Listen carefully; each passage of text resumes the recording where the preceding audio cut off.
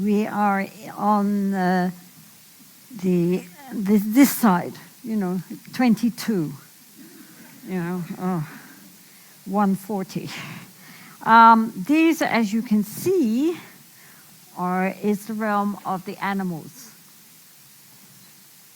We have snow lions and elephants and seahorses and all sorts of wonderful things. Dragons, I think. Cows, swans, all sorts of things. Anyway, so this is the realm of the animals, which is a realm which we actually cohabit this earth with. We share this earth with the animals. In Buddhism, when we do any prayers or any aspirations, it's always said for the sake of all sentient beings. So all sentient beings means not just human beings, but animals, beings in the waters, in the sky, on the earth, spirits, beings in the hell realms, beings in the higher realms, all beings who have consciousness. A couple of years ago, we got this consignment, a surprise consignment of a group of very young girls from remote areas, which we weren't expecting, but we got a busload of them. And after a few weeks, somebody asked one of these girls, they by this time had become nuns. She was about 7, I guess. They asked her, "Oh, isn't it wonderful? Now you've joined this nunnery and you can pray for your mummy and daddy and for your family." And the little nun said, "In this nunnery, we pray for all sentient beings." So stuff that. So it's very important to remember that when we're praying for all these beings and all the whole cosmos, because we don't know what's out there. We only know what we can see through our very, limited 5 senses. But, there's so much going on out there that we have no idea about. But, if they're out there, may they be well and happy.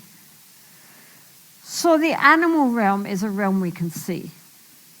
These are animals, not just domesticated animals, wild animals, all the beings who live in the oceans and the rivers, all the beings who live in the air, like the birds, all the insects, all the microscopic beings, all these beings non-human. So it's considered to be that it is a lower realm, not because animals are not very lovely, but because they are even more, we are also animals, but we have some choice in dealing with our habitual tendencies. We have an intelligence. All sentient beings have Buddha nature. And because they have Buddha nature, which means that the ultimate level, they also have this very pure, luminous awareness, this unborn awareness. So therefore, they can be reborn as humans. They can be reborn in the higher realms. They can be born in the lower realms. They're all part of the cycle. It's not that they're going to be animals forever.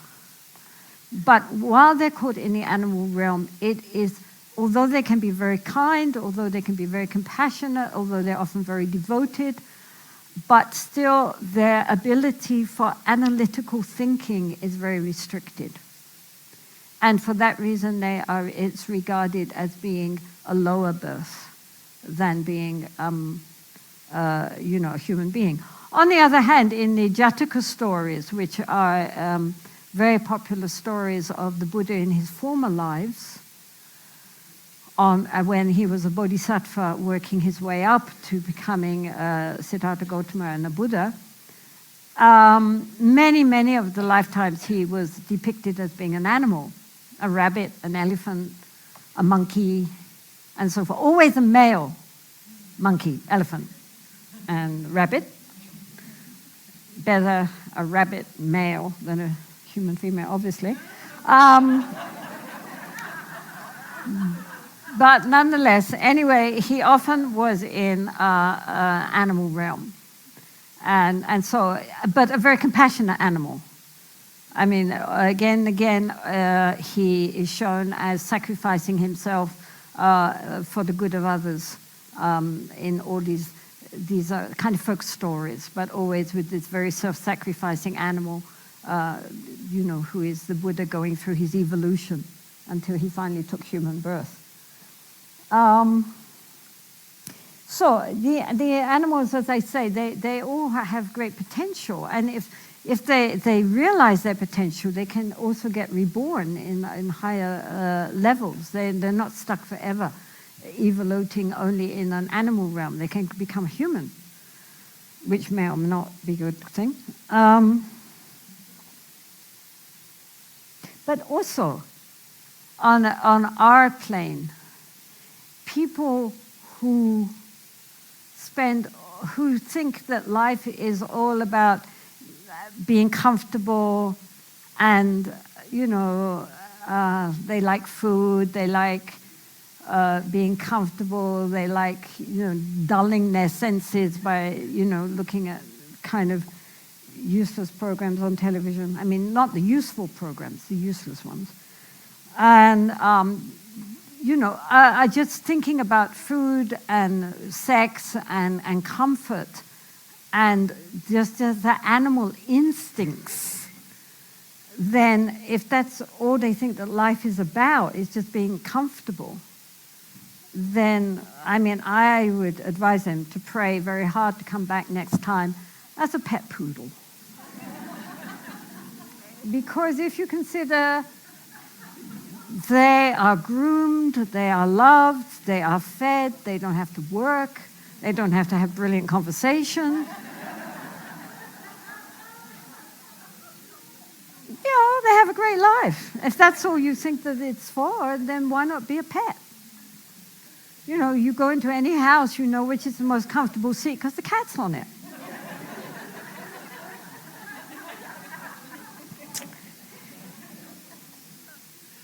So if we think that our human birth is more than just simply being comfortable and being petted, then we have to develop that quality in our mind which makes us considered to be superior to the animals, which is our intelligence. So, the animal realm is considered to be, so people can go down as well as up, according to the Buddhist cosmology. If we just live animal lives, we're likely to be reborn back as an animal. If animals show intelligence and great love and great devotion, and often if they have a kind of real connection, for example, with their human owners, it could very well be next time they get reborn as humans. As I say, this is a cycle. It's going up and down the whole time.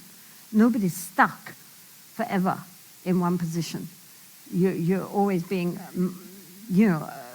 also, in daily life, sometimes we're in the animal realm, sometimes we're in the Preta realm, sometimes we're in the hell realm, sometimes we're in the heaven realms, even in one day, depending on our mood and our feeling and our activities. So we're constantly changing. This is not something static. And so also in from the point of view of animals have the potential to go up and they have the potential to go down. And likewise, all these beings have potentials to move out of their situation into a higher one or descend into a low one. It's like snakes and ladders. The snakes are very long down and the ladders are very short. But, you never know each throw whether you're going up or you're going down. It depends on our actions. So those are the animals. And then I have to keep a track of time. We have lots of time. Good. So the animal realm is important for us because it's something which we share our planet with, that we are conscious of, that the animals, and animals themselves have great potential to evolve. It's not that they, some animals just naturally, you can tell with your animals also, some animals are much more intelligent, much more empathetic, and some are not, just as with people. And so, animals also are beings. They're alive. They have feelings. They have emotions. And therefore, we shouldn't just also take them for granted and treat them as if they were chairs and tables for our convenience. So people are very loving towards their pets. I mean, in New York, there are some streets which have more pet shops than they do beauty parlors. But nonetheless, those same people will go out and order steak, for lunch and not think, what are they eating? In Buddhism, of course, there is no, except in certain Mahayana schools, there's nothing against what you eat. Buddhist ethics is based on non-harming, not killing, stealing, and so forth. But there is nothing about dietary restrictions or what you wear. But nonetheless, if we think about what is non-harming, and we recognize that all beings have Buddha nature, and that all beings have feelings, and just as we have feelings, all beings feel fear, all beings feel love, all beings feel, anxiety and devotion and so forth. I mean, especially the higher animals. And, if we don't recognize that these are living beings, and that maybe at some lifetime I also was a cow or whatever, sheep. And when I was a cow or a sheep, my life was very precious to me. As the Buddha said, to all beings, their life is most precious. Then, we have to think, what are we doing when we just happily sit and eat them? And, because by buying the meat, by eating the meat, you are supporting the meat industry. If people didn't buy the meat, nobody would raise the cattle and sheep to be slaughtered. But people who have worked in abattoirs talk about, unbelievable. I mean, the terror of knowing these animals know what's going to happen to them, and they're terrified. But nothing can be done. And you're eating that terror which goes into their system. It floods their system. And then we're eating that and poisoning ourselves with that terror which they must all be feeling. And the way they're brought up.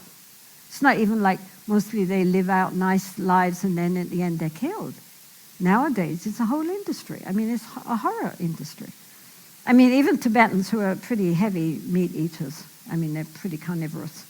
But now, more and more, first the nunneries, then the monasteries, and now many lay people have become vegetarian.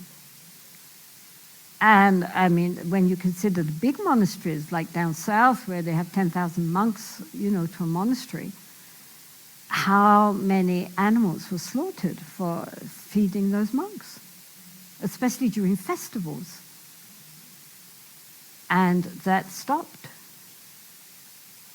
And there are groups of young Tibetans who go around showing these films of how animals are raised in these, these animal farms for slaughter.